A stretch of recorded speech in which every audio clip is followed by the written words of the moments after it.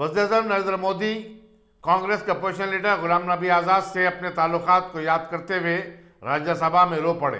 गुलाम नबी आज़ाद और दीगर 3 अरकान निसार अहमद लावे, शमशीर सिंह मिन्हास और मीर फैयाज आइंदा हफ्ते ऐवान की रुकने से सबकदोश हो रहे हैं। उन्हें ऐवान में पुरस्कार तौर पर विदा किया गया।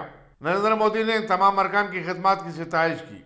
वज़ीर-ए-आज़म ने कहा कि गुलाम नबी आज़ाद की सबकदोशी के बाद ऐवान में जो खला पैदा होगा उसका पूर्ण होना मुश्किल है। गुलाम नबी आज़ाद को न सिर्फ अपनी पार्टी बल्कि मुल्क और ऐवान के बारे में बड़ी फिक्र रहती थी। उन्होंने कोविड-19 के मसले पर कुल जमात इजलास की तलबी की अपील की थी। चुनांचे ये इजलास तलब भी किया गया। गुलाम नबी आज़ाद को हुकूमत और अपोजिशन में बैठने का तजुर्बा मिला है और 28 साल का तजुर्बा बहुत बड़ी बात होती है। वज़ीर-ए-आज़म ने कहा कि वो गुजरात के जब चीफ मिनिस्टर थे, गुलाम नबी आज़ाद जम्मू कश्मीर के चीफ मिनिस्टर थे और इस तरह दोनों एक दूसरे के राब्ते में रहा करते थे। शायद ही कोई ऐसी घटना मिल सकती है कि जबकि हम दोनों के बीच में कोई संपर्क सेतु न रहा। एक बार गुजरात के यात्री, क्योंकि जम्मू कश्मीर में जाने वाले टूरिस्ट में गुजरात बहुत बड़ा नंबर रहता है, और टेररिस्टों ने पर हमला कर दिया। करीब 8 लोग शायद मारे गए। सबसे पहले गुलाम नबी जी का मुझे फोन आया और वो फोन सिर्फ सूचना देने का नहीं था। उनके आंसू रुक नहीं रहे थे। फोन पे उस समय प्रणब मुखर्जी साहब डिफेंस मिनिस्टर थे। मैंने उनको फोन किया। मैंने कहा साहब अगर फोर्स का हवाई जहाज मिल जाए डेड बॉडी को लाने के लिए। रात देर हो गई थी। प्रणब मुखर्जी साहब ने कहा आप चिंता मत कीजिए, मैं करता हूं व्यवस्था। लेकिन रात में फिर गुलाम नबी जी का फोन आया।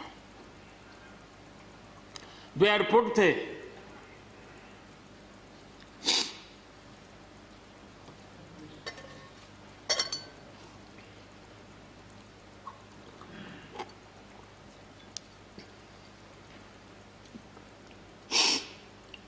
सॉरी,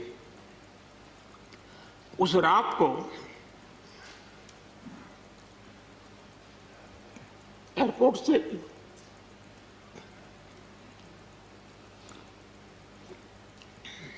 उन्होंने मुझे फोन किया और जैसे अपने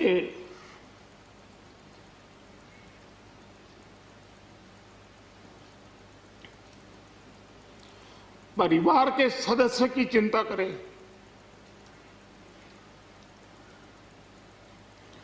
वैसी चिंता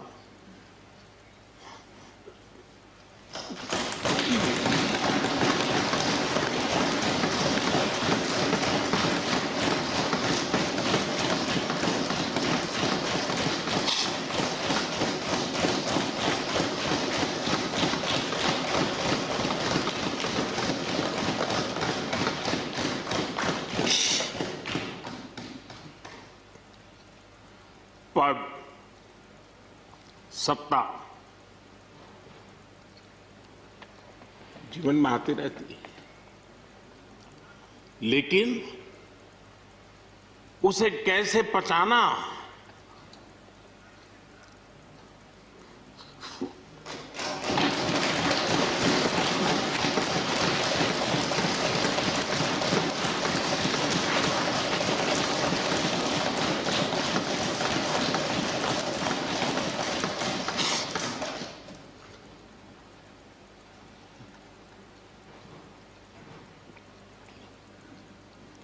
मेरे लिए बड़ा भावुक पल था।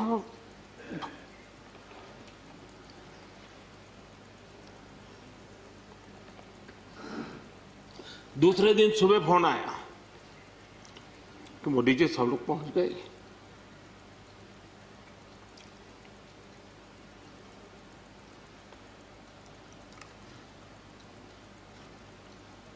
इसलिए एक मित्र के रूप में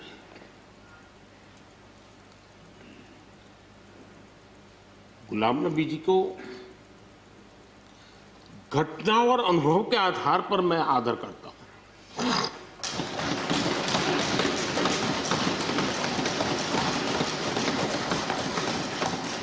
और मुझे पूरा विश्वास है कि उनकी सौम्यता, उनकी नम्रता, इस देश के लिए कुछ कर गुजरने की उनकी कामना, वो कभी उनको चैन से बैठने नहीं देगी। और मुझे विश्वास है कि जो भी दायित्व जहां भी वो संभालेंगे, वे जरूर वैल्यू एडिशन करेंगे, कंट्रीब्यूशन करेंगे और देश उनसे लाभान्वित होगा। ये सब मेरा पक्का विश्वास है। मैं फिर एक बार उनकी सेवाओं के लिए आदरपूर्वक धन्यवाद करता हूं और व्यक्तिगत रूप से भी मेरा उनसे आग्रह रहेगा कि मन से मत मानो कि अब आप इस सदन में नहीं हो। आप के लिए मेरे द्वार हमेशा खुले, इन चारों माननीय सदस्यों के लिए खुले हैं। आपके विचार, आपके सुझाव, क्योंकि देश में सब बहुत जरूरी होता है। ये अनुभव बहुत काम आता है, मुझे मिलता रहेगा, ये अपेक्षा मैं रखता ही रहूंगा। आपको मैं निवृत्त होने नहीं दूंगा।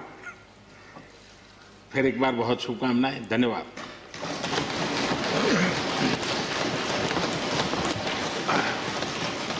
धन्यवाद प्रधानमंत्री जी।